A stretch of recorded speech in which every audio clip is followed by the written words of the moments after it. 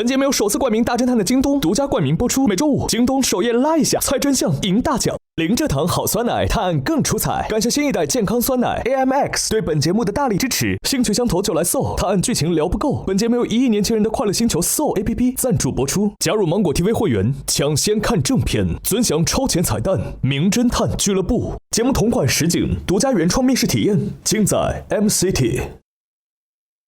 大侦探规则升级，奢侈侦探排名榜。本期由代理会长根据游戏结果发放由京东提供的侦探徽章，玩家根据徽章数量进行排位，最终侦探排名前4的玩家将获得本季俱乐部闪耀侦探称号。侦探徽章结算规则如下：单期投凶时，侦探可在2轮各投出1票，共计2票；侦探助理及其余玩家可在第2轮各投出1票。若检举凶手成功，投票正确的玩家各获得1枚徽章。侦探若2轮都投对，则额外获得1枚徽章。若检举凶手失败，则真凶获得6枚徽章。此外，每期将由内投选出1名 MVP 玩家，代理会长可投2票，玩家每人可投1票。MVP 玩家将额外获得1枚徽章。代理会长作为侦探排名发起人，拥有京东侦探徽章的发放权，不参与最终排名。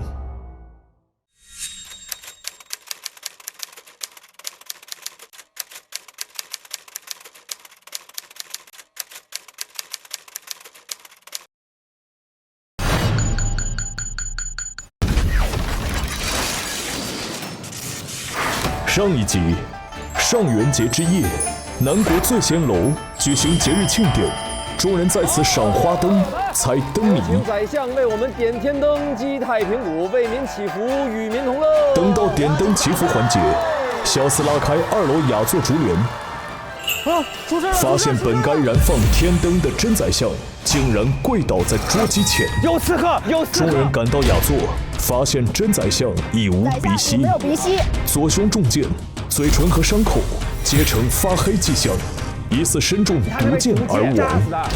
经过初步排查，凶手就锁定在当晚参加上元节庆典的5人之中，他们分别是何八斗、大侍卫、乔世子、张百万、欧花魁。真究竟何时中箭？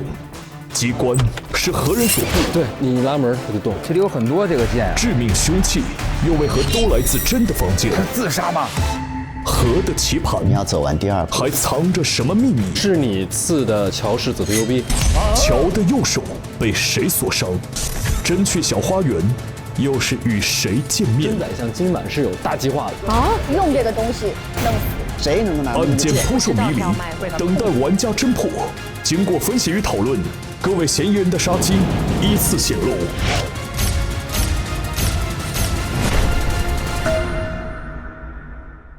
现在我要去投票了，我们走吧。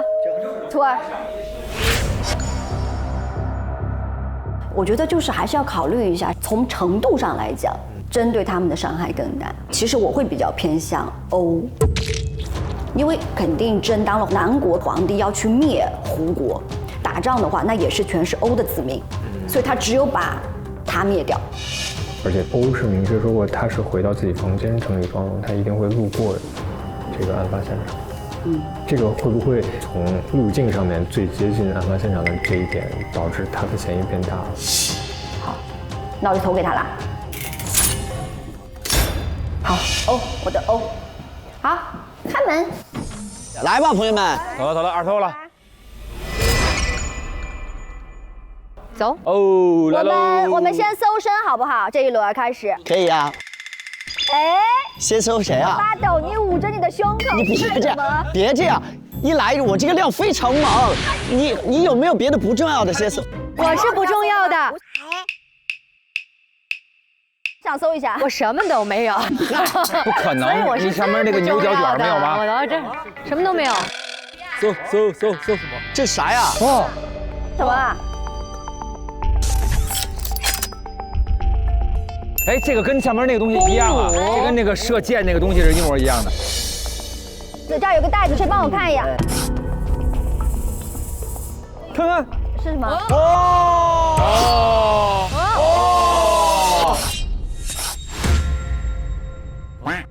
投票了。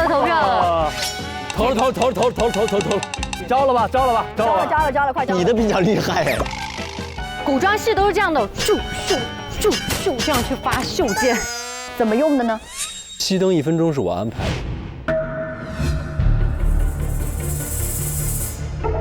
你准备用？我准备在1分钟里边去。这个就是你的作案的这个工具是吗？你哪来的这个针呢？这是我自己的袖箭。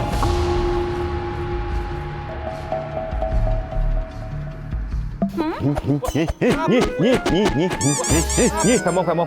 快摸！腰带，腰带，别弄我的发型，我发腰带护腕，腰带护腕。它这个里面有东西吗？你别脱我衣服干嘛呢？你还给我按摩干嘛呀？马杀鸡，来，不是你解下来看一看嘛。呵，哇，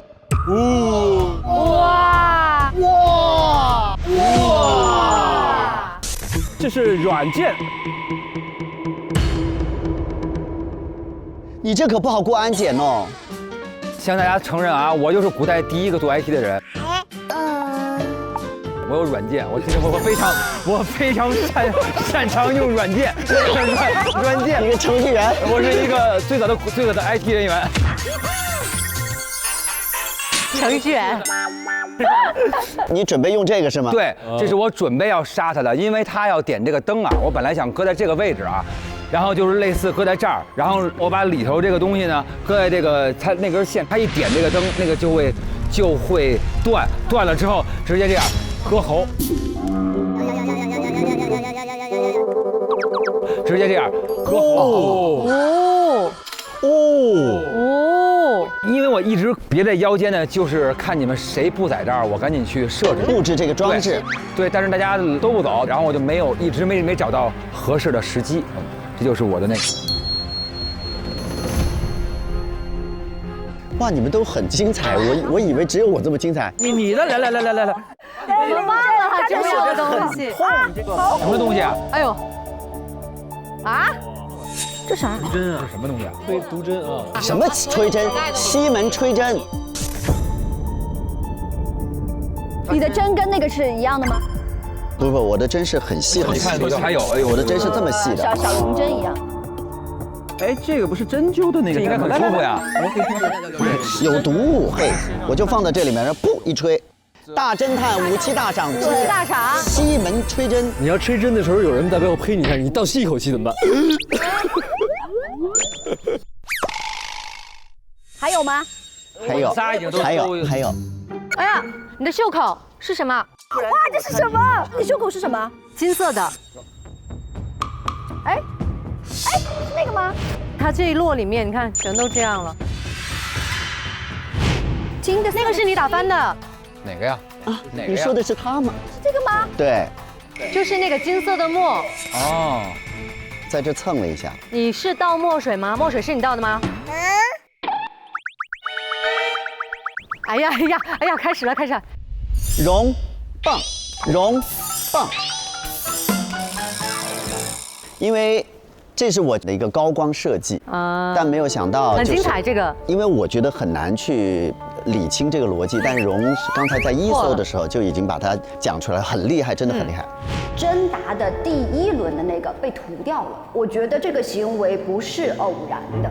我觉得他换了，大家可以看一下这个上面，他并没有写是第一轮的题还是第二轮的题，有没有这个可能？甄第一轮答的第二道题，第二轮答的第三道题，跟你有什么关系？我干的呀，就是倒墨这个事情是他想的。我要制造一个不在场证明，整个的这个过程是，其实我是把1号题放到了3号题，2号题放到了1号题，3号题放到了2号题。所以呢，当他答的时候呢，他第一轮答的是2号题，第二轮答的是3号题。然后呢，当他所有的题收完了之后，我趁大家不注意，我再把他的1号题从3号的箱子放回到1号，把1号盘子里面2号题放回到2号，把2号盘子里3号题放回到3号。倒了一个个。为了避免大家发现他没有做1号题，不就奇怪了吗？对，我呢就把1号的墨水轻轻地洒到了盘子上，让它从底下阴过去。明白，于是呢就把看不清了。他的答案，他的空白答案阴掉了。于是呢，大家以为他做了题，但是看不出来。明白了但是呢，这样的话呢，他的等于是2号跟3号他都有答案，就好像大家就发现他3号他的死亡时间就是感觉上是3号以后了。然后是21点12分的时候，我要去动手的时候，就是在第2轮答题完了之后，确认大家都走了，我觉得我可以去动手了，因为他也答完第2轮的所谓的3号题了，我可以去动手了。结果呢，我上去的时候发现他已经死了。你确定吗？我确定。我只能告诉大家是21点12分之前他肯定死了。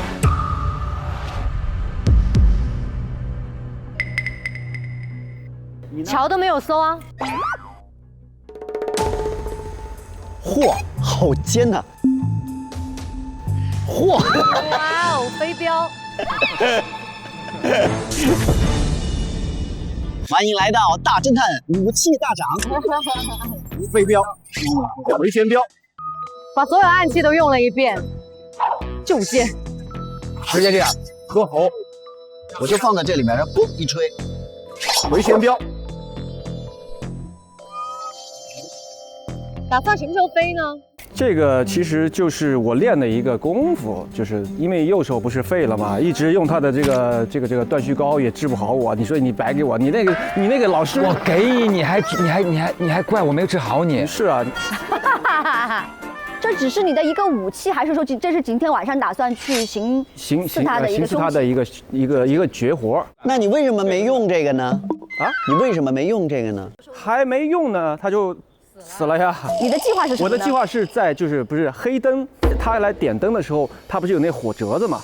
那么就是火折子就能知道他是在哪儿，在哪儿。我就拿这个咻，给他一，等于大家在暗处，他在明处的时候，他就给秀了。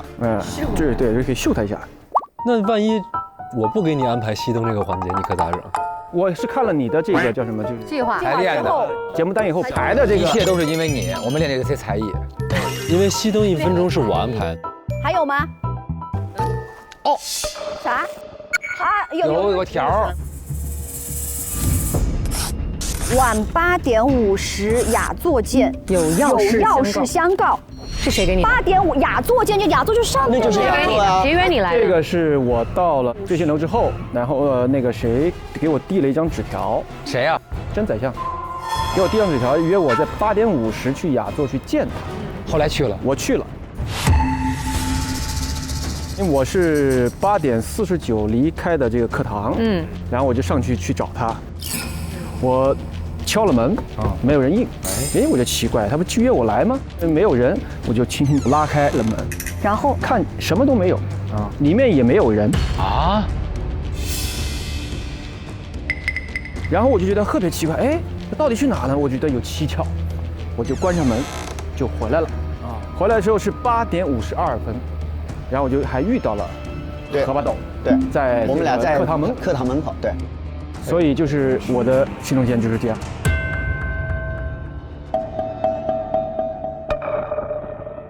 8点50他还不在，因为他出了一趟门，他身上有那个苍耳。苍耳在哪里？小花园，我们去小花园看一眼。有在这儿。这有苍耳他来了小花园。他再回来的时候就已经中了毒了，对不对？但如果他在这儿已经中了毒了，他咋回去的呢？靠毅力嘛，3步啊，靠毅力就回去了。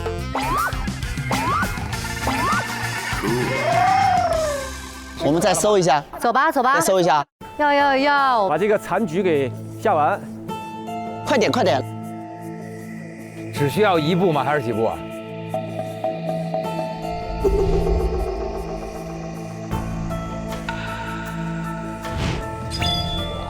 太黑就是他，我就是他。太字少1点，黑字少4点。哦，把太补上是吗？反了。对，黑，4黑。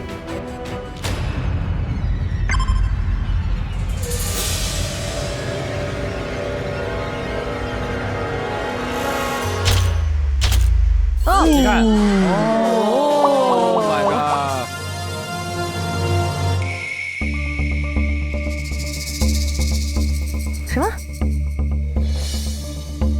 宰相让我观星象，因为我不是从15岁就能测星象吗？其实我观到的就是它会有一个双星伴月的天象奇观。我给他的解释呢是非常好的一个兆头，说明呢我们的国家这个风调雨顺，国泰民安是一个好的兆头。然后呢，没有想到呢，说是什么有人在城门外挖出了一块石碑。荧惑守心长庚半月，斗转星移长庚星降临。日出长庚后，救苍生于水火，启南国新章。改朝换代，改朝换代。啊，对，等于我测的星象被宰相呢就曲解。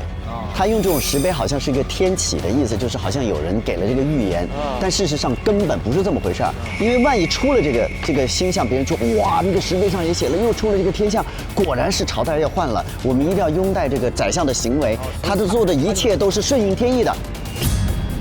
所以我知道他今晚就要发兵叛变，所以我必须在今天晚上要干掉他。这是你的紧迫性。不然的话，我的祖上传下来的要保护这个国家、保护这个朝代的这个使命就被失败了。所以呢，这就是我的今晚必须要动手的原因。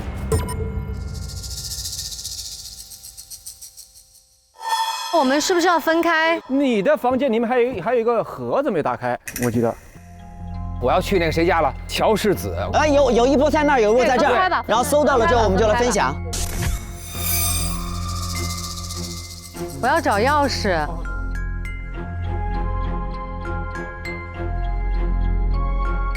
里面没有，在这儿呢。哦，找到了。他到了这儿。哦，这。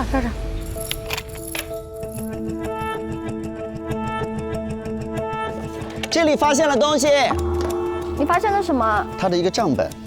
支出5万两白银，在胡国、南国2国边境。这是谁的呀？100万。是你的账本是吗？是我的。它主要是这个：你欲一统天下，我绝不苟同。我心所向，非为一座城池之王。我愿以己之力护胡国、南国百姓平安。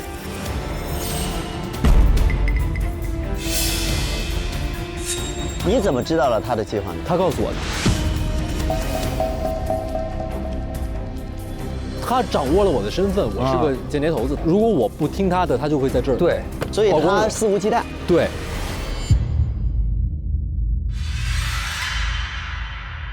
他要你干嘛呢？他要我配合他把送到胡国，多花魁送到胡国去。但你知道他今天晚上的计划吗？我不知道他今天准确的，比方说他掌握了哪些百官，他要办到谁，我只知道一个笼统的，就是他要篡位。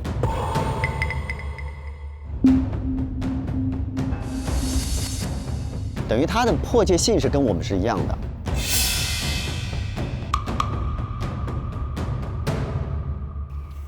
还有什么要补充的吗？小胡，还记得我们儿时的梦想吗？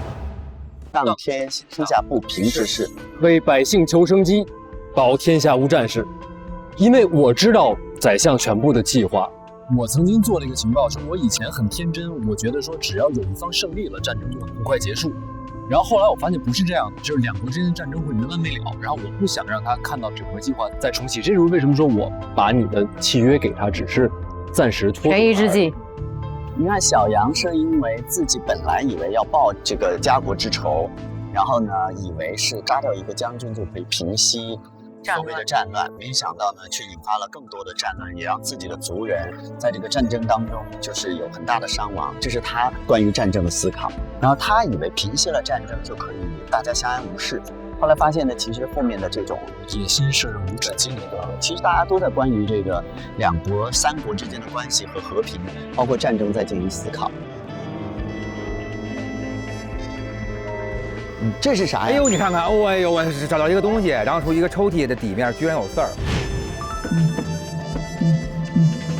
哦，哇，有字儿哎！乔侄儿亲启，书本不该传信于你，引真宰相忌惮，圣上令20万镇北军即日起前往南城，务必在上元节亥时正点抵达南城城外，潜伏待命，以真宰相击鼓为号，入南城包围皇宫，射杀逆贼，清君侧，吾心不安。毕竟边境均非皇命，不可入南城，望侄儿证实以告真假。这个呢是我父亲的一个亲信，镇北军，得到了这个圣旨，让他们在今晚亥时，就是10点听鼓为令，攻城，来移除这个我奸臣。们以为是在放花灯击鼓嘛，但是对于外面的20万军来说，这就是进城。对，守边关的士兵是不能进城的。如果我一进城，他们就属于谋逆，开战了。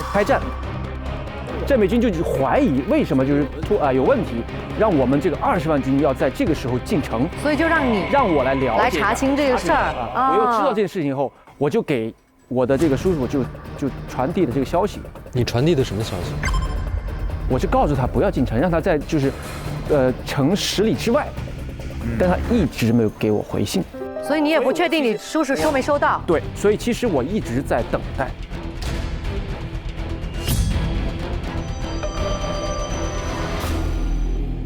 这个是一样的东西吗？哎，这儿也有。这个是2天前收到的这个密函。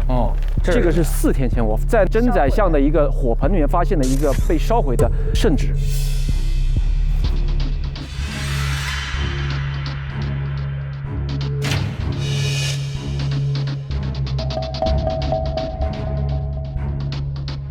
镇北军得到了这个圣旨，如果一进城，他们就属于谋逆，开战。真宰相的一个火盆里面发现了一个被烧毁的圣旨。镇北军上元节亥时，这不是皇上写的是吧？对。就他不是皇上，他冒充皇上写了一封让这些镇北军，让这些边守边关的，因为这些要听皇命才能进来的。划了一道，等于是他写错了，所以他要把这份烧掉，重新又写了一份传给这个。我说为什么他烧了？原来他写错了，懂了。那所以你必须得击鼓之前就得阻挠这一切，因为这死的都是你。所以这个地方我有这个紧迫性。但是一个我想保全就是这个20万的这个镇北军，还有一个就是我还不想现在杀这个真宰相，为什么？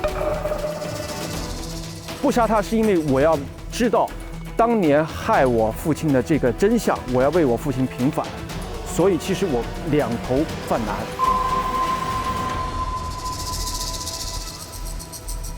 可是他为什么8点50约你干嘛呢？不知道。真的啊，他约他干啥呀？对呀，而且他约的时候他又不在。是啊。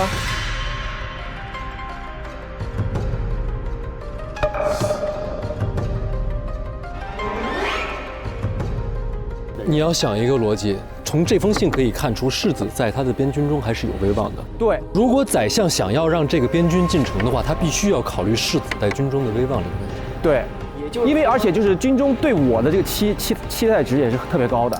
是因为我的手伤，我不能去当这个镇北将军。一开门他就死了。真宰相给我递上纸条，约我在8点50去雅座去见他。如果宰相想要让这个边军进城的话，他必须要考虑世子在军中的威望这个问题。对。如果这里没有人认的话，有没有可能那个机关是宰相做的？他50的时候其实是想灭掉世子。这倒是个大脑洞，这是个脑洞。因为他要去嘛，他一推开之后，噗一下。刚才百万说那个特别对，如果比如说他在军中有一定威望的话，那么留这个人在他的身边，对于他将来要统治的，对挟持这些军队来要挟皇上都是不利的，因为等于有一个人可以跟他唱反调，而这个人在军中是有号召力的，所以有可能他反而是要在击鼓之前除掉世子的这个人，有没有这种可能？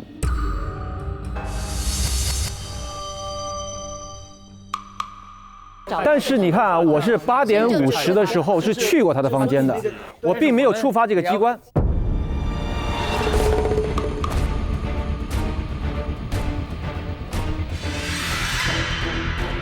宰相做的这个机关，那也得有人知道，借助他自己布的机关杀死他啊。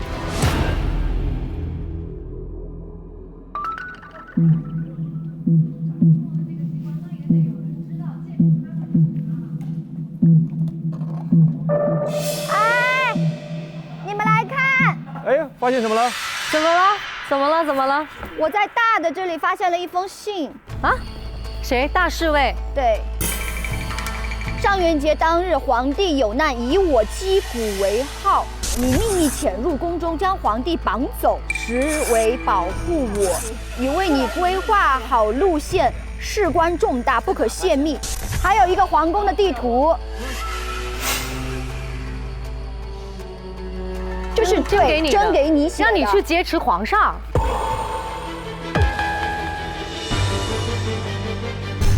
对，我真也是缺心眼儿。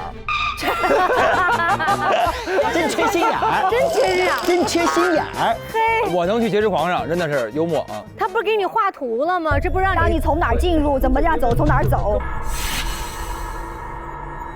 根本不是讲的是一个什么命令，是一个段子，对不对？他让我从侧门进，然后那么大一皇上，我就直接就能给人绑走，绑完了从正门出去，我就说皇上该走了，我跟司机似的，然后我就能带人走，绕了整个皇宫。所以说，甄先生还是有他天真的部分的。这就说明你是一个功夫非常强大的人呐。我没有。人家意思就是说，你可以挟持皇上飞檐走壁。对，但是他当时确实给我发了这样一个施令啊，然后我根本没有理这事儿，因为我一直都在想，我怎么才能把他杀了。你已经觉得他缺心眼了，压根儿就没理。对对对。这个东西出现，它有任何的指向吗？有啊，就是为了让你们迷惑你们，觉得好像我是凶手一样。啊，我明白了，这就说明他也知道甄今晚要动手。对的，对的。真是要做一个局，对吧？他在今天晚上把这个军队、世子和皇帝都要控制好，对吧？等于我侧的星象被宰相呢曲解，他今晚就要发兵叛变，令20万镇北军清君侧，击鼓为号，以我击鼓为号，让你去劫持皇上。所以这个对于他来说，就是说他也知道了今天晚上要出事儿，所以你跟这个甄其实是串通好的。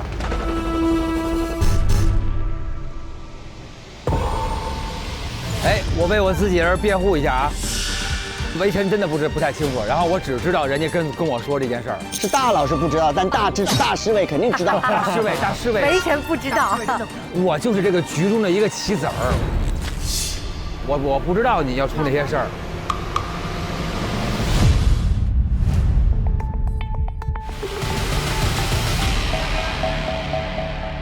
现在就他不知道今晚要动手，但是他有一个要动手的一个迫切性是什么呢？是他一直在寻这个人不得，而且他接近桥，好不容易他今天送上门来了，就是为了要见到这个甄。今日不动手，因为他位高权重，不知道明日什么时候他还会来。这么高的一个级别，他不会天天到醉仙楼来，而且他也不点我。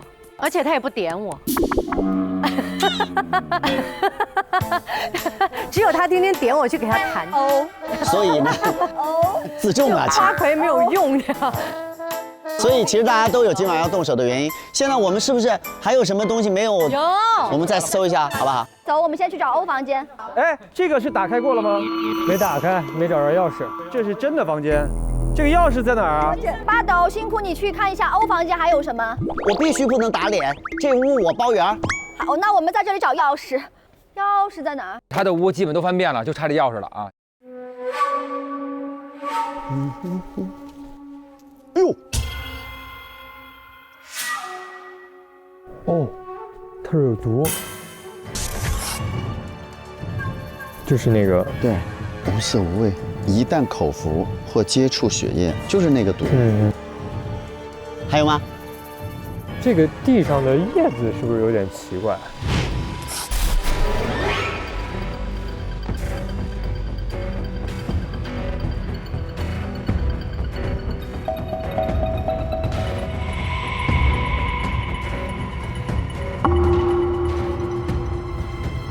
们有找到什么好玩的吗？找到你有毒，啊，我有毒，真找到了吗？找到了你的毒，你的毒，你的毒。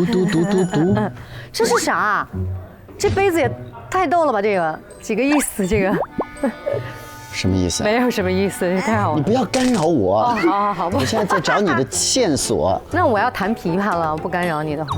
客官在找线索的时候要听一曲琴吗？就像你不要干扰我。来呀！在找线索的时候要听来呀琴。哦，好重，小心。我把这一套还真是挺漂亮，我被给弄坏了。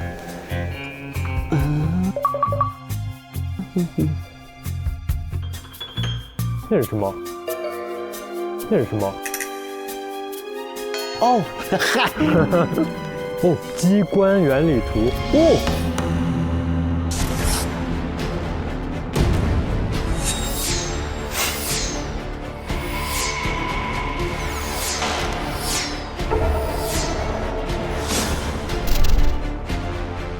这就是墙上那机关，对吧？那个它用的原理是一样的，怪不得你不能认，因为是你干的。不是我干的。但毒和机关都在这儿。哦，现在看到这个胡牌，其实我对这个大侍卫有一定的冤枉，对不对？这个感动了吧？对不对如果说这个出现在真的房间，他又是这个总领队的话，那么当年刺杀我，应该就是他，那肯定就是他。他手下的人，他手下的人，他安排他等于这个是一个队伍嘛，对吧？总牌在他手里。因为之前那个雅公主不也是他派这帮人弄的吗？对，找这钥匙，我预感你很快就能找着了。是吗？对，我的骨头不行。来，那您先边上歇会儿啊，我们这儿有，哎，我怎么了？又要墙哦，找着了。啊，骨头不行，但我手行。可以，来，那您自个儿打开啊。好，打开了。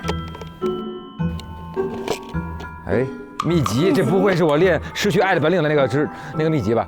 原来我竟是南国皇室弃子。原来我竟是南国皇室弃子，就因我是宫女所生，母亲的仇，我的仇，我要一步步让他们偿还。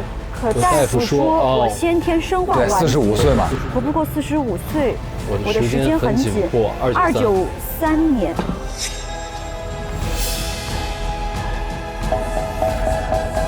我们逮到凶手了！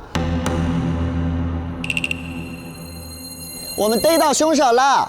才没有逮到凶手，也太容易了吧？我真的是羞耻，虽然最后也是我找出来的，我跟涛一起找出来的。找出了啥？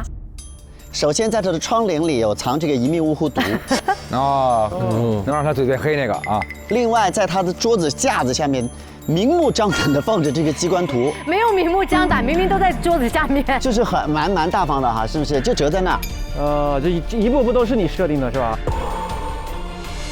没有明目张胆，明明都在桌子下面，发回没有用的。说说吧，欧，我的欧。我要是说这张图是我捡到的，你们信吗？信。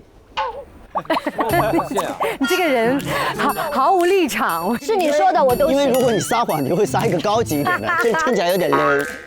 这个图真的是我捡到的，我捡到的时间是昨天晚上。昨天晚上抽签抽题，我昨天晚上踩点的时候，发现这张图在角落。你踩点，你去哪儿踩点？雅座啊。谁？你还需要踩点吗？我当然啊。因为他也想设一个机关嘛，他踩个点。我捡起来一看，我想说，哦，原来有人要布这个机关了，但当时是没有。别人放在那儿要杀针的话，那你就是你要杀的人。很可能会出现在那儿，你把你的手法放那儿，告诉他干嘛？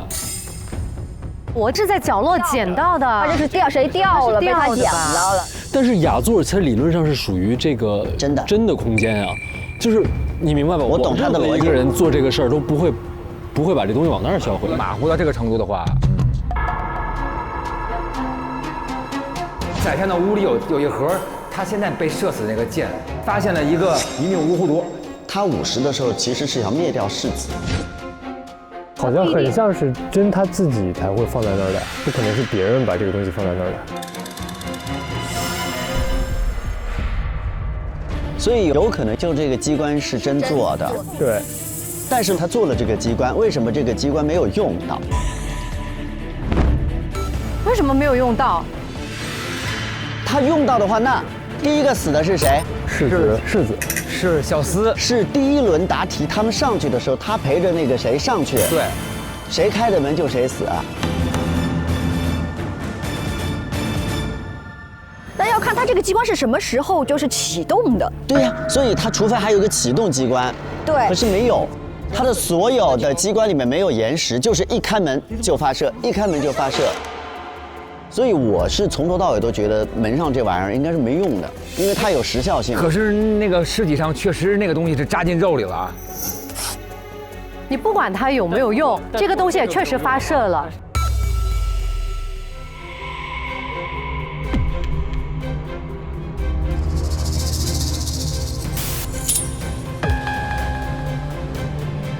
看到这个虎牌，这幅画，那虎老虎，这个壶里有蹊跷啊！哎呦，哎，哇！望此良计能解宰相困扰，此计亦13鸟。欲加之罪，何患无辞？用暗器杀将门之后必死，嫁祸欲拿捏之人必无力辩驳。再借此事，大肆渲染胡国刺客进犯，激怒镇北军，挑两国争端，发动战争，一统天下。上元节之后，天时地利人和，献上机关图为宰相解忧。不重要的幕僚，他的幕僚给他出的一计，我猜对了。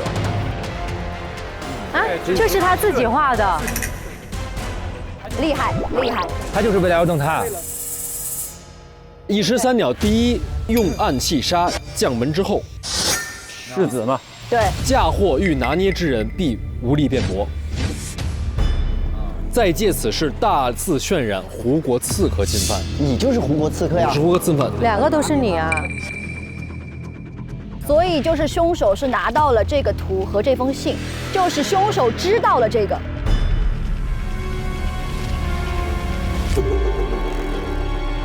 这个我觉得凶手不知道，凶手是用另外的方法干掉了真。你有没有想过，凶手其实未必要知道他完整的计划？就这个并不是说一定要在凶手环对节出，现。这个跟凶手没关，有了这个图，对，就有用了。对，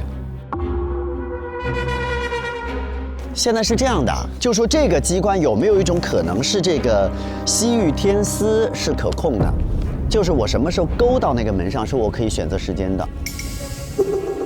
因为如果不是这样的话，这个宰相也没办法用这个机关。我们再去看看吧。走吧，一定要去现场看一下。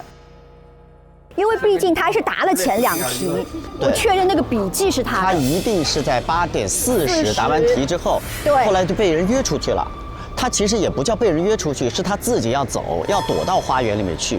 但是也不对呀，但是世子也上去了呀。所以就是那时候机关肯定是没有生效的。这角度是对的呀，一定是这儿。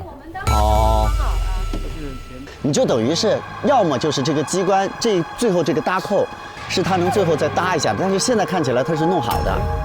哎，看一下这个是虎头还是豹头？是豹头吧？应该。有点像豹子哎。豹，这是豹头，就是胡国的国标嘛。胡国的只有你一个人是胡国的。对啊。啊。但是他的计划就是用这个嫁祸我。这还有嫁祸中祸中祸，我就是要嫁祸呀。挂在这儿，说明这个东西肯定不是你弄的。哎，你们刚才是不是在地上找到一个纸啊？对。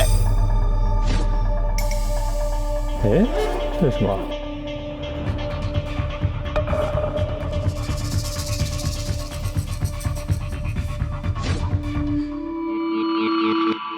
哦，这是不是他自己做了一个机关？门口就是放在门口，他要知道有没有人进来的。哦，用纸，对吧？就是然后我卡在这儿，卡在一个不注意的地方，如果不知道的人会就推了门，这样他就可以判断那个东西剑出没出来，出来。如果他见到没有纸了，他就可以开门了，安全了，就知道里面已经有人死了。对，好聪明，好聪明。结果他其实自己中了这个剑，他自己中了这个箭。因为他以为那个剑已经没有了，他看到这个东西掉到地上，然后他拉开这个时候，其实里面还有。对，那就得有人知道这个事情。哎，朋友们，我们姑且认为他没有撒谎。午时他来的时候，他这个人不在这儿的。但是呢，我9点12来的时候，他已经死在这儿了，对吧？就是他身上的那个苍耳，说明他一定是出去了。他有一个幕僚是说他在小花园待命，在这儿有一个纸条，他说那个宰相那个百官动向都已经掌握好了，我如您吩咐，在小花园待命。我觉得他去花园是他自己去的，不是他约的。他去小花园的目的呢，是为了造成一个时间，就让他可以单独来。但是呢，在那之前呢，已经有人知道了这个计划，于是呢就把这个机关解掉了。于是呢，让他进来的时候，开门的时候呢，没有人，没有人。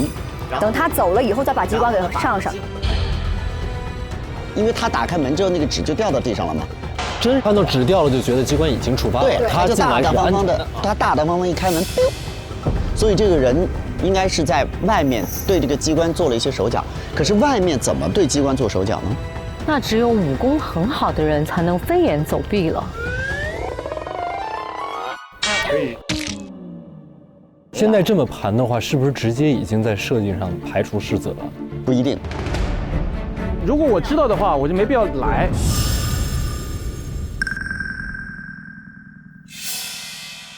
如果世子就是假设在他的线索里边，他能盘顺这个东西，那他知道他要被杀，然后他也了解到这个计划的话，是不是他可以过来？就是他根本就没有进来。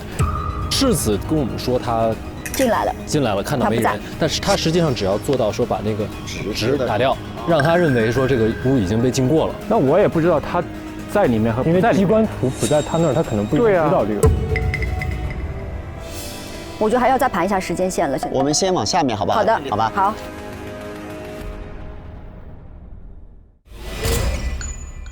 大家再帮我捋一下，就是各自的作案的动机。首先我早就发现这个人是有问题的，于是呢，我用太黑这个方式呢，已经开始在揭露他的所有的罪行，同时他在追杀我，所以呢，我有保护自己的要求。我以为我只要保护好自己，再慢慢的继续揭露他，我就能够把他扳倒。可是万万没有想到，他利用我侧的星象，要做一个假的所谓是这个改朝换代的这个天象这么一个事情。所以我知道他今晚会有大动作，我今晚必须要杀掉他。于是呢，我就做了一个我自认为很巧妙的时间线，让大家觉得他是在第3轮之后走的。可是呢，在这个过程当中，我第2轮要去动手的时候，我在9点12分上去的时候，发现他已经死掉了。于是我就没来得及动手。这就是我的所有时间线以及我的动机。清楚，明了。我的动机就是保百姓平安，不想战火再起。当今天下不平之时，就是他这一步的目标怎么实现我不知道，但我知道他下一步目标是要重启战事嘛。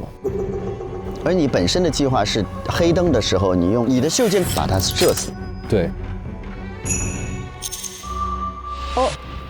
首先他灭了我的国嘛，第二他还害我，再间接的把乔的父亲给害死了。然后我已经发现了这个机关了。你本来想借刀杀人，对，我就想说，如果这个事情在我之前发生，那就太好了。如果万一他没有中这个计，你还有别的备选方案？对，我还有一个备选，就是我自己的毒药。明白。世子，我的父亲被冤死了，他对我来说是有杀父之仇的。在临最后这个上元节的前4天，我发现了他居然有谋反的这个心态，然后要嫁害美军，那么就家仇国恨，我是肯定要动手的。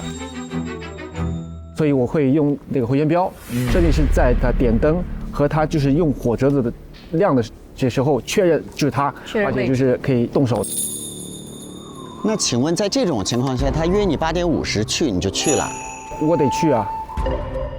就是你不能露出你的这个所有的你要杀他的这个行径啊。大。哦，我就是2个最直接的，一个是我恩人的仇，就是我们大医师，因为之前那个害皇上的药膏查出来是宰相下的，所以是恩人的仇。还有就是我这个童年爱人的安危啊，因为他马上就要给卖到所谓另外一个国了，所以这2个是我的杀机。我用了什么样的一个方法呢？就是我用软件，对，软件，我用 IT 人员，我上网我收到了一个软件，然后我安装这个软件啊，没装好，然后马上就卸载了，然后因为我听见后面有脚步声，就是这样的一个过程啊，对，你也没看见人，就是没有看见。凶手首先第一点，他知道50乔世子会有危险，同时他知道有机关这件事情，对，所以呢，当真离开雅座去花园的时候，他呢掀开帘子进了房间，解掉了机关，然后再离开。要离开，因为50的时候，乔进到房间里的时候，房间没有人的，所以呢，当乔看见没有人之后，他走了之后，这个人再掀帘子回到这个房间，所以他当时就是躲在旁边了，对不对？对，因为其实这个旁边是有空间可以躲的。哦，那个旁边那个地方地上有叶子，什么叶子？就是旁边花盆的地上有很多叶子。这个地上的叶子是不是有点奇怪？就说明有人在那进出过的意思。当乔走了之后，于是呢，他再掀开帘子回去把这个机关复原。而这个时候，因为门已经打开了，于是呢，真自己留的记号就是这个纸条已经落在这，他知道有人进了。所以呢，他推开门，然后看到乔的尸体，然后他就喊起来：“呀，怎么胡国人用他们的秘密的机关杀死了我们的乔世子啊！”然后他就开始要喊，结果没有想到呢，一打开门，3步噔噔噔死在那儿了，这样一个过程。所以呢，这个时间点呢，应该是在就是50之后。我有一个问题，就是我在那个雅座的那个地方发现的那张纸，不是一个探子写给他的吗？好像是把他约出去。所以我现在在想，他是因为有事儿要出去，还是说他自己去躲世子去找他这件事情？这个是一个巧合，还是说是真宰相给自己找了一个为什么我约他，我此刻又不在的理由？因为如果回头来乔死了，然后你又约了他，他也给自个儿做一不在场证明。对。因为最后乔上去的时候是8点50，然后到9点12，你上去的时候他已经死了，所以他的死亡时间我们暂且就定在8点50到9点12中间。对，大家说一下这个时间段你们各自的时间线。8点50准时到达雅间门口，敲门，里面没有任何动静。然后灯谜的时候，你第2次离开是什么时候？那是9点10分以后。你干嘛去了？我就上厕所嘛，我就喝了很多酒嘛。然后呢？9点20回来了。9点20回来的。对啊。我是8点42到8点52去了洗手间，我洗手间在那个位置，大树背后。对，然后我回来的时候进课堂的时候，看到了回来的乔。那是第一次，就是我从那个8点52，等于你从楼上下来的时候，刚好遇到我们俩一起进的课堂。然后9点12的时候，我带着我的西门吹针，我上去要动手，结果没有想到，一开门发现他已经趴在桌上了，而且嘴唇发黑。我一探他的鼻息已无呼吸，我说哇，居然有人在我之前干掉了他。但是呢，我还是做了这个不在场证明。在3轮之后，我把题找时间又换了。明白。张，我是在8点47出门取酒水跟花生。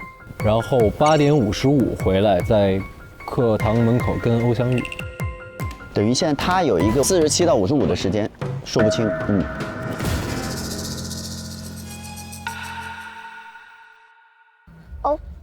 我是8点到9点50，我出去的2次，第一次时间是8点43分到8点55分。你是去干什么了？我去赏灯了。有人看见你吗？没有。但是我想知道你的计划是什么？因为只有你现在是明确的知道那个机关。如果针全程都没有在死在这个机关下呢，我就会在举杯供饮的时候假装给他敬酒，趁他不备在酒里下毒。我能问一下那个欧吗？就是你有没有上去过这个地方？我有，因为那个第2轮灯谜答题开始的时候，何八斗先出去了嘛，我的内心想的是他是不是去布置机关了，所以呢我就想跟过去确认一下，所以8点43分我离开的课堂嘛，然后来到2楼，那雅座的帘子当时是放下的，我只能在门口探听。如果里面有人，你不能掀帘子，对，门你也不能开，对，所以你只能听，对，你能听见什么呢？你用什么来确认它里面机关安好了，或者已经动手了，或者已经有人被杀掉了？你确认什么呢？我确认它是安静的还是有人的，但是我确认没有人在里面说话，只有里面有动静。那你没有在等吗？我没有办法等，如果有人路过怎么办呢？那就是你只是确认里面有动静之后，你马上就下来了。对，我就听到里面有动静，就我不确认是何还是真。然后第2轮答案收走之后，除了何八斗，大家都纷纷离开课堂了。我路过雅座的时候，听到没有动静了，但是我还是不敢掀帘子确认，所以呢，我就不管了，反正10点我就会知道他死没死了。桥后面就没有动向了，你没有任何的举措，没有，你也不想动手，还不着急嘛，因为我紧迫的是陈北军的这个回信。你不是还得在击鼓之前干吗？击鼓前杀掉他就可以了，用飞镖对吗？对。其实我的时间线非常重要，因为我的时间线里充斥了就是我看见所有人的一些旁观的。在8点40至8点49的时候，何八斗、欧花魁跟张百万相续起身离开了。到49的时候，乔世子也起身离开了。然后呢，20点51，我就往这边走，我要去绑我那个软件的时候，我突然听见后边有脚步声。然后我假装看月亮，然后我就看一看啊，就是这样，然后就混过去了。听到脚步这个很重要，他51上箭听到了脚步，你能再说一下51上箭的时候是怎么听到脚步的吗？哎，我来了。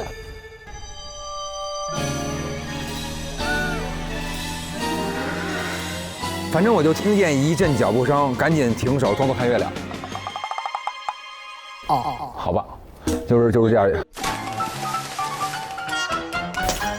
但是你没有办法确认脚步声是男是女或者是谁。对，没有。你在这儿看月亮，那欧说他来赏灯，你们俩没法互相印证。等于你想啊，就是51到53，等于我当时就慌了嘛，看之后，等于就没过2分钟到53分我就回去了。事实上也没有人证明他在这儿。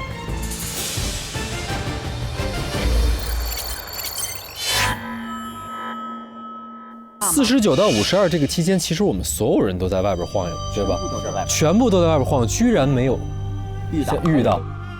现在是这样的，事实上这是一个非常大的一个院子，所以它的观景区和库房是绝不可能在一起的，库房放酒的地方也不可能跟别院也就厕所在一起的，所以呢这3个地方其实隔得很远，包括这个2楼跟课堂都有距离，它就相当于不是转头就能看见你。对，是，所以它需要一定的时间的。那么也就是说呢，大不太可能是他49最后他才出来，所以不太来得及解这个机关。是的，如果他要弄那个机关，他必须要在桥之前上去，但桥是先出去的，所以他没有办法在之前弄。我感觉应该把大可以排除了。我的时间呢非常适合去解开机关，保护桥的安全。但我呢来不及还原这个机关，然后让这个针回去的时候被弄死。因为呢，我第一呢52本身时间来不及，而且52分我从别院那儿回去课堂的时候，我跟乔相遇了。对，所以呢，他从那上边下来的时候跟我在这相遇的，所以我不可能在他后边还又在他前面跟他相遇。乔不太可能，是因为他的这个时间线。如果乔没撒谎的话，其实你的时间上也是不能够完成的。是啊，因为我的时间很短，我就进去看，没有人走，就3分钟嘛，你算吧。他唯一有可能就是他知道这件事情的时候，他只要做一件事儿，就是他不用进去解机关、扣机关，他直接从外边把那张纸拔下扔到地上，让针觉得我进去过了。是的，当然不排除这种可能性啊。但是呢，他怎么知道这么厉害的一个东西的？那现在刨掉你们的话，剩下的时间就是我跟张百万的时间是最准确的，对不对？是有可能的。而且他们俩就像之后我们第一轮讲的，你们俩就住在这儿，你们对这儿的环境所有的东西都非常熟悉。我觉得欧比较不利的是他知道这个机关。说说不是自己的原因吧。对，你们俩垫一下吧。其实对于我来说，我完全想不通我为什么要这个理由，因为我原本的计划太好了。你看，本身那个地方是有10点宰相会下来宣布头筹的时候，刻意做的一个熄灯1分钟，我要在那个时候利用黑暗。这个东西是我亲手安排的，那个东西对我来说是最安全的一个方式。所以你的嫌疑就比较大啊，因为他现在是腹背受敌，他现在2面夹击。他是比较绝望的，因为他拿捏在对方手里，而且他没有退路，是因为他的家人。但是我完全没有必要去采取这一套。就第一我不知道，然后第二，那上面那么明显的一个指向性，就是他本来就是为了栽赃我，我怎么还能让它继续发生呢？也有道理，因为我没有你们那么大的紧迫性。现在有一个问题，就是因为按照他们俩人说，都是在51左右，都在这个区域，可是恰恰这一点是印证不上的。那欧在时间线上是有可能说谎的。我是觉得说有一种可能是一个在真身边的人，就是大，因为他是有可能知道所有的事情，比如他约他的行动线，他怎么布置这个机关，因为他是他身边的人，这是有可能的。因为我想不出欧是怎么知道他8点50约了这个乔的，因为我没有契机可以知道他想要杀谁。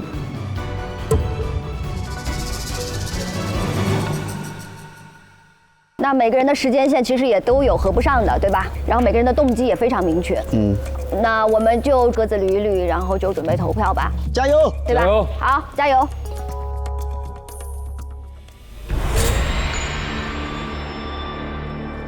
我们在亚洲旁边的花盆下的叶子可以明确的知道有人一定是利用了这一点蹲伏在旁边，所以就不可能是乔世子，因为乔世子他只需要自己去把纸条简单的拨下来就可以了。以这个乔世子作为逻辑基点，其实最终的怀疑对象就是在欧花魁和张百万中间。希望不当明灯。上后，本王心。公主来啦，要像个公主的样子。先拿上我的手铐。按照时间线来讲，乔世子跟大侍卫能去到这个案发现场的时间只有3到4分钟，我觉得作案时间完全不够。何八斗他把答题的顺序给换了，然后用那个墨水去把它给印掉。如果是他杀的话，这个就说不过去了，所以我会觉得把这个何八斗也会排除。那另外剩下的就是张百万，我觉得他现在是一个两难的境遇。我觉得对于他来讲，这个急迫性其实是很强的，所以就投给他。拜拜，就是你。我的跟大瓜。在梳理时间线的时候，发现有2个人在看灯区的说法是对不上的啊，那就是大侍卫和欧花魁。我觉得这说明2个人有一个在说谎。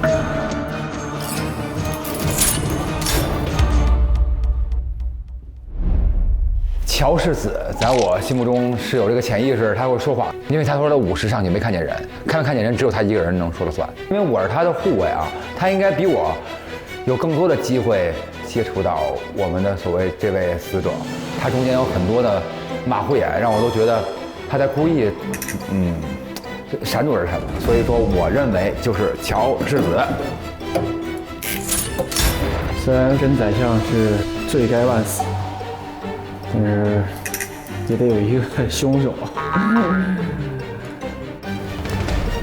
对不住了。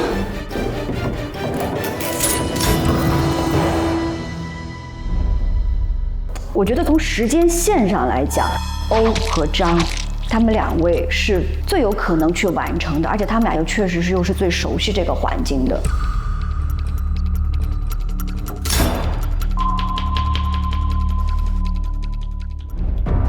来了，我投不下去。知道机关就是他吗？不像。没有时间点，那就是你了。可你我也投不下去。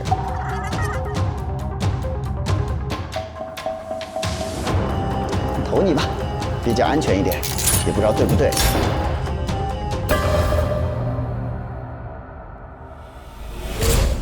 有一种不祥的预感。哎，我们仿佛在纪念谁一样。100年前的一段传奇。好，请宣布。好，接受现实吧。互联网普法节目《大侦探》第7季第3案，宰相请点灯中，谁是杀害真宰相的真凶呢？谁呢？首先公布获得0票的安全玩家。不是我。IT 达人、软件高手都不是你们。我觉得我俩应该是。他说他投的我。对。都评一评嘛，都是对。他们是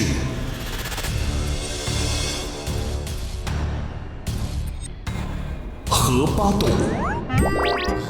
你是花魁，漂亮的花魁。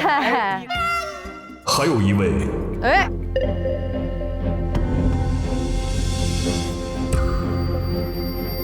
大侍卫。那肯定的，对不对？我软件高手啊，谢谢啊。IT 男。IT。获得1票的玩家有，对不起啊，我们扫了。乔世子。你咋想的？没有，我就觉得你怎么想的？你应该知道的比我多，然后就是我知道比你多，我只是觉得啊，对。你还把我当兄弟。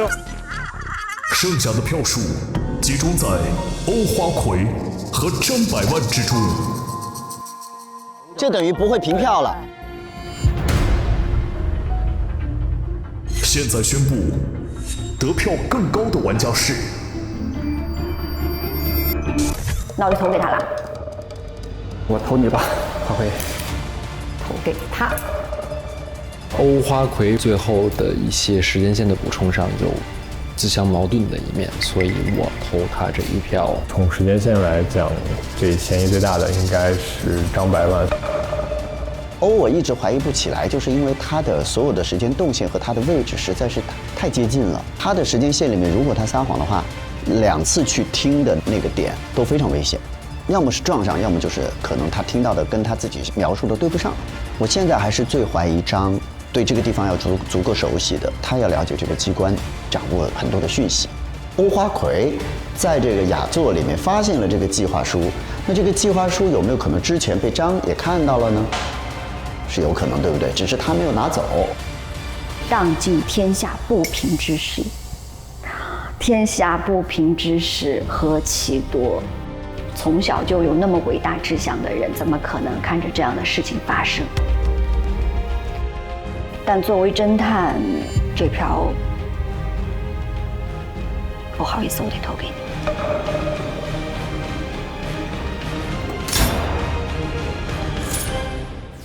张百万。哎呦，张百万！你们要让人逃，请张百万进入铁笼。哎呦，给我这紧张的。冤呐！张百万究竟是不是本案的凶手呢？本案检举。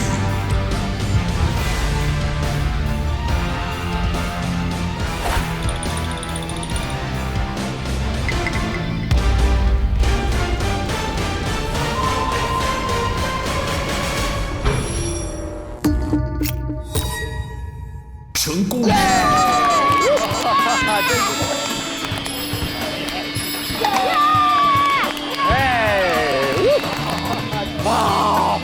我不是凶手，我是为民除害。对，理解，确实。其实我一直也在找确认我是不是凶手，我这真的我没有检查过，我弄完了之后，我怎么知道他是不是呢？那你怎么弄死的人家的呀？就是我在47出去之后，把它给改了，然后让乔世子不会有事儿。然后我也看到了他那个纸巾，等于是我昨天把它全部都听到了。然后有一个关键证据你没有找到的是，就他其实约了我，因为你们要想他要栽赃我，我必须得出现在现场，所以他其实约了我的。那个纸条呢？我说这个库房在那个球的那个夹缝里。小样儿，你还放在了公共区域里。这儿呢，我看见了，这儿呢，天哪，很明显，你看。他有一半是露在外边的，他就是非常侮辱我们，在嘲笑我们。视觉盲区是视觉盲区。天哪！天哪！绝了这个！晚8点53分来雅座有要事商议。宰相他要想嫁祸我，他必须得把我也约过去，我也得在场。漂亮。在我这个角色的人物出发，就是因为自己的种种报复的这种行为，构架起了另外一个战乱，然后造成了非常多的百姓流离失所。我是真的希望，就这个世界真的能和平。其实包括世子也是一样，想为父报仇，但是为20万镇北军的安危，他不得不在今晚要除掉这个箭头。我当时是想要为这个国家的江山社稷能够做一些贡献，可是呢，没想到我自己身上还有那么重要的一个重任，就是永远不会实现自己的梦想。但我觉得深明大义的少年，在国家的需要面前，其实自己的梦想是可以舍弃的。有大志在胸门。今天其实最让人唏嘘的是，那一年的少年节，3个少年来自不同的国度，但是其乐融融的成为了他们心仪的天灯。我觉得有趣的答案是，最后没有谁赢，而是3个人共同拥有，一切都是那么的心平气和，一切又都是那么的其乐融融。可是呢，当和平被打破的时候，其实每个少年的梦想都变得那么的脆弱不堪一击。你们3个人从小说的这些话，登庙台之高，护家国安，你没有一个人成了。可是这些隐喻到后来都成了最大的讽刺。早已物是人非，就好悲哀呀。就是每个人的小小的梦想，其实是构架在一个大大的和平之下的。只有和平，只有国泰民安，我们才能够有机会去实现我们自己的一些小小的愿望。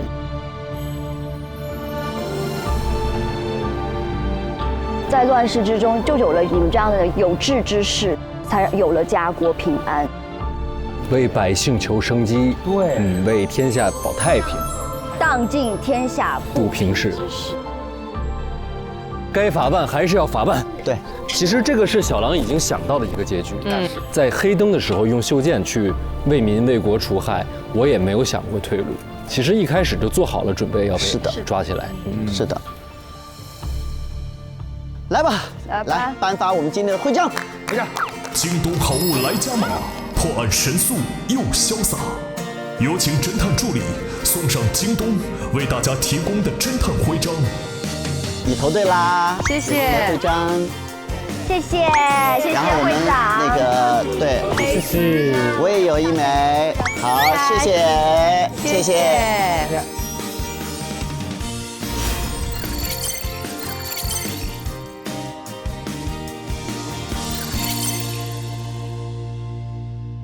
京东好物来加码，破案神速又潇洒。本节目由首次冠名大侦探的京东独家冠名播出，谢谢。零蔗糖好酸奶，探案更出彩。感谢新一代健康酸奶 AMX 对本节目的大力支持，谢谢。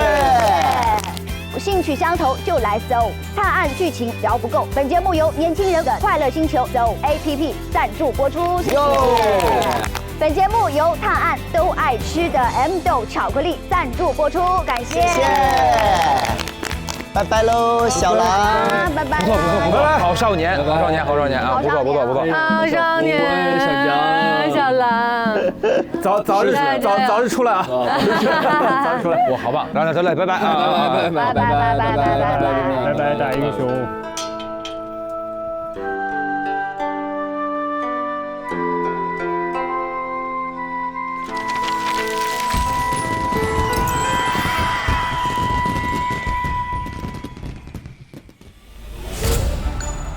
大白话真相，欢迎来到大侦探合议庭，我是侦探助理小齐齐思君。首先，先为各位介绍一下我们的新成员，来自最高人民法院刑2厅的法官段煌。大家好。同时欢迎我们熟悉的郭法官，还有我们的沈教授。大家好。那今天我们的这起案件呢，聚焦的是家国情怀。在故事当中，情报的传递可以影响了故事的走向。那大侦探合议庭也将通过对案件和角色的探讨，为大家进一步普及国家安全知识。所以现在我们合议庭的第3案现在开庭。通过正片，我们了解到案件发生在战火纷飞的一个年代，死者呢是南国宰相。通过推理，此案的凶手呢是张百万。我们也是要请我们的法官为凶手定罪，并且给出一个量刑建议。虽然说案件的事实情节错综复杂，但是我们抽丝剥茧就会发现，也是一个典型不过的一个故意杀人犯罪案件。从这个案子来看呢，张百万提前得知了宰相陷害自己的计划，他本可以通过运用其他的合法合理的手段来阻止那么宰相的计划，但是偏偏采取了一个最不合适的，甚至是也导致自己最后身陷囹圄，要被依法制裁的这么一个手段。我想的话，这也是他的悲哀，也是胡国的悲哀。张百万他发现这个装置的时候，他并不是一触即发，没有任何其他余地的。所以说，在我们现代法律中，它是不构成正当防卫或者紧急避险的。是的。但是他的杀人动机，我们是可以斟酌的。我们要考虑他的动机是否有一定的正当性、合理性。那么这个动机是我们在量刑时可以从宽考虑的一个因素。我们判案啊，有3个原则。一要讲国法，2要讲天理，3要讲人情啊。如果是只看国法，那我们看到的将是冰冷的刑法条文。但是法律来自于生活，是社会经验的提炼和总结。法律它是有温度的。我们办的不仅是案件，办的是他人的人生。也就是说，当一个活生生的案子摆在我们面前的时候，那我们依据法律，同时还要根据事实、证据以及案件所发生的具体的背景，它所具有的情节，综合考虑各种因素，才能依法准确地做出裁判，适用刑罚啊。是的，这也是为什么我们今天讲述的故事虽然是在一个架空的故事当中，但是我们会依然以现代的人物，包括法律的要求来一起审视这些故事。还有一点，我觉得是值得注意的一个话题，就是打探他国情报以及间谍组织的存在。其实，在故事里面是常态化的事情，在现在的生活当中，我感觉是有些遥远的距离我的生活。这里绝对是存在一个误区的，就是间谍不在天边，而在眼前。间谍很可能是我们身边最为普通不过的人。作为每一个人都要时刻绷紧国家安全这根弦。刑法中间有很多条文都涉及到国家安全，像我们今天看到这个片子上，就可能涉及到间谍罪、为境外窃取、刺探、收买、非法提供国家秘密罪。包括这个花楼里面的姐妹，可能涉及到非法获取国家秘密罪，这都是危害国家安全的一个表现。我其实在想问一下，在法律当中，对于间谍，它有哪些具体的定义吗？有的，其实我们具体关于间谍，我们称为间谍组织代理人，它是指接受间谍组织或者其成员的一个委托呀、资助呀、受益呀，然后自己亲自实施，或者是说我指使受益他人去实施危害国家安全的一个行为。今天我们所讲述的这个案件故事里面的一些情节，比如说第一个，因为欧花魁跟张百万签订了协议，欧花魁也邀请那个刚您说的众姐妹一起来帮他搜集不同人的权贵的信息，然后为己所用。他属于哪一种行为？他们该如何去判定这种行为呢？我们可以看到每个人在里面扮演的角色是不同的。比如说这个张百万，他本身就是间谍组织的一员，对吧？那么我们认为他是构成一个间谍犯罪，没有问题。那么这个欧花魁，他接受了间谍组织代理人的任务，去从事一些收集情报这样的一个危害国家安全的行为，所以说欧花魁他构成的也是间谍罪。众姐妹的情况相对来说就比较复杂一点。我们可以假设一下，如果说有一个姐妹，我在不小心的情况下，我知道了欧花魁的身份，我知道了她和张百万之间的协议，那么这个时候她在接受欧花魁的任务，她同样是接受间谍组织代理人的任务了，她就构成了间谍罪。那么那么有的姐妹，比如说我不知道他是一个间谍组织代理人，我不知道他跟张百万之间的协议，但是呢，比如说我跟欧花魁，他是一个特别好的朋友，我们从小就是从木南国一起跑到这个地方。我知道你欧花魁不是本国的人员，这个时候你欧花魁的身份就是一个境外人员的身份，那么他就构成了窃取、刺探、收买、非法提供国家秘密罪。那么还有一种情况，有的姐妹我既不知道欧花魁的间谍身份，也不知道欧花魁她原来是木南国的公主，她就以为欧花魁就是一个花楼的花魁。在这种情况下，我为了一些利益去获取一些国家秘密，这个时候呢，他就不构成以上两罪，因为他没有这个故意呀，他只能构成一个非法获取国家秘密罪。同时的话，根据他所获取的内容也能看到，如果我获取的是一个国家秘密，我构成的是这个罪；如果我获取的仅仅是来往的一些商人、官员的一些隐私，还上升不到国家秘密的一个角度，那么他很可能构成的罪名就是一个侵犯公民个人信息罪。哪些人很容易会被策反成为间谍？包括都会有什么样的行为来策反他们？其实能不能跟我们来讲述一下？只要从事相关的工作，只要你手里拥有相关的敏感信息、敏感数据，都要跟这个讲，都容易成为敌对分子盯上的对象。我们从事相关工作的，不仅是直接从事维护国家安全工作的同志要了解，社会各个领域的从业者都应当去了解这些保密的法律法规，这样我们才能做到防范于未然。其实每个人都应该绷紧这根弦，但是还是有一些重点的人群，比如说从事一些军工行业的呀、高科技的科研企业呀、身处国外的留学生啊，还有军事发烧友呀，很多人是在军事论坛上认识很多人，然后他以一个军事发烧友的身份来跟你接触，说哎，我对这个很感兴趣，你能不能给我提供一些资料？一开始可能提供的也是一些公开的，然后逐渐的话，我觉得哎，我引你为知己，或者是你许我以钱财，最后两相的话提供的越来越机密。他很可能是你身边的，他以老乡的名义，以朋友的名义来接触你，向你打探相关的信息。我很可能1分钱都没有收，出于哥们义气向他的透露相关信息，同样也可能就走向了犯罪的深渊。我们生活当中要提防的一些间谍行为的常见套路都有哪些？间谍它必然是利用一个人性的弱点，比如说我们常说的酒色财气，我喝酒之后透露出我不该透露的东西。色就比如说利用美人计，或者是说利用网络交友，在网络交友软件上以交友为名勾搭上之后的话，让你去套取自己的一些国家秘密，你所接触到的工作秘密，甚至比如说你住在军用机场旁边，那么我们所有的军用机场旁边都会有警示牌，不要在此地进行拍照，否则是将追究相应的责任。那么他让你给他拍不同的飞机的照片，在这个情况下，你可能就在不知不觉中泄露了相关的秘密。财就很简单了，我们在生活中很多时候为了一点蝇头小利，他也许在刚开始并没有认识到自己是在出卖国家，是在危害国家安全。因为间谍他都是通过一个慢慢引诱的方式，他也许让最开始只是拿一些公开的信息来换，我给你钱，但慢慢的他会让你去做一些更加隐秘的事情。这个时候你发现我已经做了，我怎么办？我进退两难。同时呢，我又有一个高额的报酬，对方又给我一个手机，给我一个相机，你再去做什么？然后我再慢慢的接受，同时还在不断的安慰自己，不要紧，这也不算什么。但是这样就一步一步走上了危害国家安全的道路啊。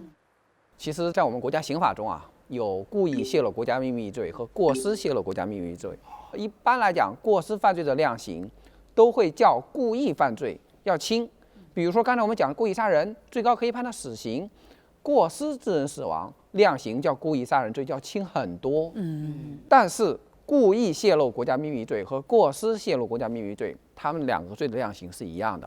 也就是说，哪怕是你无意中泄露国家秘密，只要你负有保守国家秘密的义务，你无意中泄露了，造成了相应的损害，一样要负相应的法律责任。比如说都泄露了一项机密，我一个是故意的，一个是过失的，两人量刑就一样，并不是这个意思。它只是说最高刑和最低刑它的法定量刑档次是一样的。是的，那当发现比如说失密、泄密或者窃密的情况的时候，我们也要跟大家讲述一下，这种时候我们应该如何正确的做。当公民发现身边有间谍行为，或者也怀疑自己陷入一点间谍行为的时候，我们应当第一时间向国家安全部门或者是公安部门进行举报。公安部门也会在第一时间将相关的线索反映给国家安全部门，而且举报有奖励哦。对，确实有奖励。也可以大家来拨打一个举报电话12339是我们的举报电话，或者是通过网站3w.12339.gov.cn 进行举报。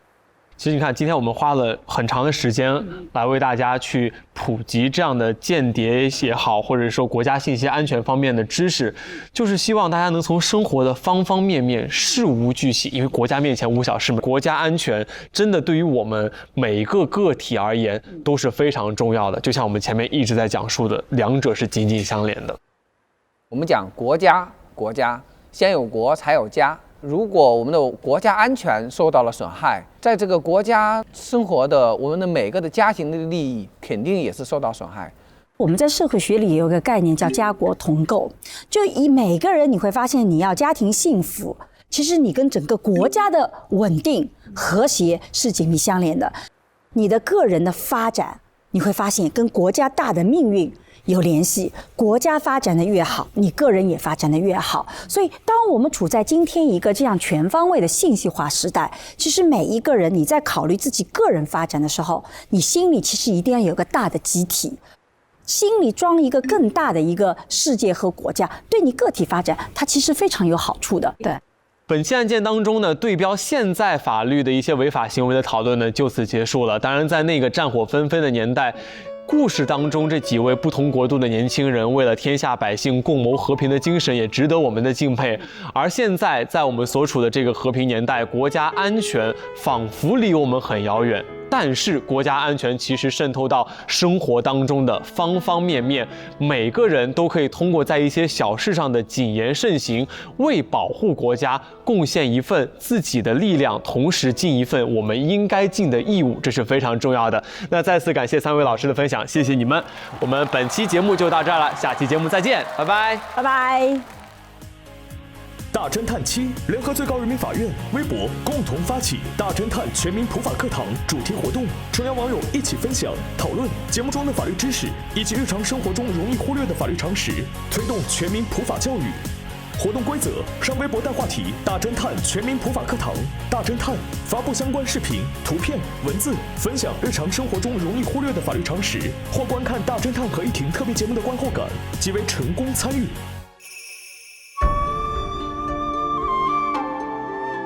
今天这个主题其实我很喜欢的，他讲了3个年少时的伙伴，有过一段快乐的美好的记忆，各自长大之后又奔赴了不一样的人生。他们来自3个不同的国家，然后在年少的时候，每个人有自己很美好的愿望。这个3个少年在小的时候一起参加一个灯谜大会，然后一起玩耍，然后一起展现自己的才华最后呢是不分高下，然后棋逢对手，其实是一个非常美好的故事的开端。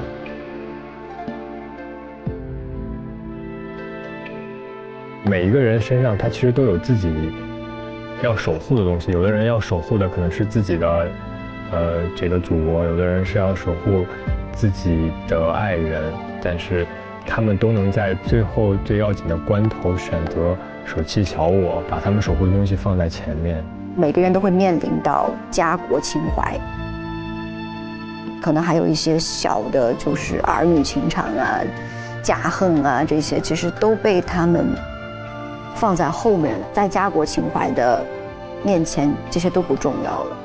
小时候有自己想做的事儿，然后大了之后有这个社会和这个国家需要我们做的事情。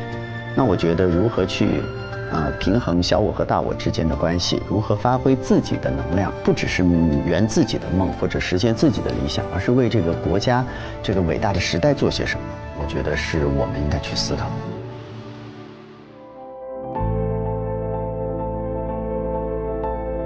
从我这个人物出发的话，因为战争让他自己失去了家人，失去了自己的国家，然后我又再次的重蹈覆辙，挑起了战争，让更多的人失去了家庭，失去了性命。战争这件事情对于我来讲是，非常惨痛的一个教训和经历。我觉得人类就是作啊！打完之后发现我们在干嘛？歇会儿好吗？然后歇会儿就变成和平。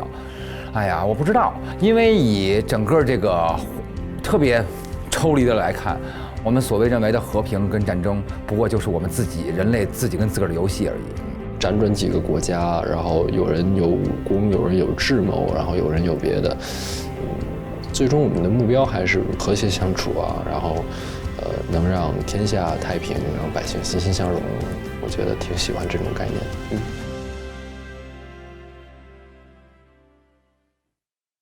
更多精彩内容尽在新浪娱乐微博综艺、新浪综艺。关注微博官方账号大侦探官微，查收节目超多高能瞬间。上微博搜索节目大侦探话题页，参与更多精彩互动。感谢首席合作媒体新浪娱乐、微博综艺、新浪综艺，首席合作新闻媒体新浪新闻，战略移动资讯平台网易新闻、网易娱乐、网易谈心社，短视频互动平台抖音，深度知识合作平台秒懂百科，世界如此简单，短视频合作平台快手，新闻客户端合作一点资讯、Zaker、澎湃新闻，案情看不够，上 QQ 阅读探索更多悬疑小说。感谢特别合作探探、百度输入法、WiFi 万能钥匙、达达快送、智行、百度网盘、网易有道词典、虎牙直播、YY 直播、智联招聘。感谢媒体支持：中新网、凤凰网娱乐、腾讯娱乐、搜狐娱乐、中国青年网、北青网、国际在线、新闻网、中国娱乐网、360娱乐、猫扑娱乐红榜、华声在线、新浪湖南、腾讯大疆网、大众网、亚洲娱乐网。